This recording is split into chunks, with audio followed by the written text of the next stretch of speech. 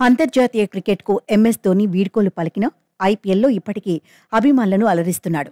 అతడి కోసమే సీఎస్కే మ్యాచ్లు చూసేందుకు అభిమానులు భారీ సంఖ్యలో మైదానాలకు తరలి వస్తున్నారంటే ధోని క్రేజ్ ఎలాంటిదో అర్థం చేసుకోవచ్చు. ఇక ధోనీకి ఇదే చివరి సీజన్ అంటూ ప్రతి ఐపీఎల్ టోర్నీలో ప్రచారం జరగడం, అతడు ఆటను కొనసాగించడం చూస్తూనే ఉన్నాం.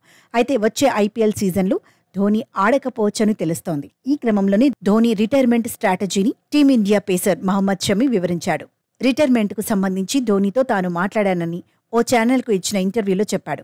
ఒక ఆటగాడు ఎప్పుడు రిటైర్ కావాలనే విషయాన్ని తాను మహీబాయిని అడిగానని తెలిపాడు. మొదట మీరు ఆటపై విసుగు చెందినప్పుడు, రెండోది జట్టు నుంచి మిమ్మల్ని తొలగించబోతున్నారని తెలిసినప్పుడు అని ధోని సమాధానమిచ్చాడని షమి వివరించాడు. అయితే ముఖ్యమైన విషయం ఏంటంటే ఎప్పుడైతే మీ ఆటను మీరు ఎంజాయ్ చెయ్యరో, బోరింగ్గా ఫీల్ అవుతారో అప్పుడు రిటైర్మెంట్కు సమయం వచ్చిందని సంకేతమని షమి పేర్కొన్నాడు. ఆటకు వీడుకోలు చెప్పడానికి అదే ఉత్తమ సమయమని చెప్పాడు. మీ శరీరం సహకరించదని మీకు సూచనలు ఇవ్వడం ప్రారంభిస్తుందని, ఒక ఆటగాడు రిటైర్ కావడానికి అదే తగిన సమయమని షమి వెల్లడించాడు. ధోని టీమిండియా క్రికెట్లో ఆల్ టైమ్ గ్రేట్ ఆటగాళ్లలో ఒకడిగా కొనసాగుతున్నాడు.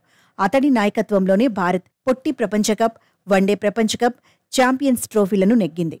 ఇక ఐపీఎల్లో అత్యుత్తమ సారథిగా చెన్నై సూపర్ కింగ్స్ ను విజయపథంలో నడిపించాడు. అత్యధికంగా 5 సార్లు ఆ జట్టుకు టైటిల్స్ అందించాడు. గత సీజన్లో కెప్టెన్సీ బాధ్యతలను వదిలేసి కీపర్ బ్యాటర్గా కొనసాగాడు.